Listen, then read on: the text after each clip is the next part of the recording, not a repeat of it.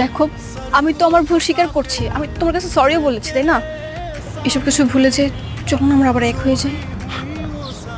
একটা কথা বলি, শোনো, বারবার ভুল করলেও ক্ষমা করা যায়, কিন্তু বিশ্বাস এমন একটা জিনিস যেটা ভাঙলে কখনো জোড়া লাগে না সহজে।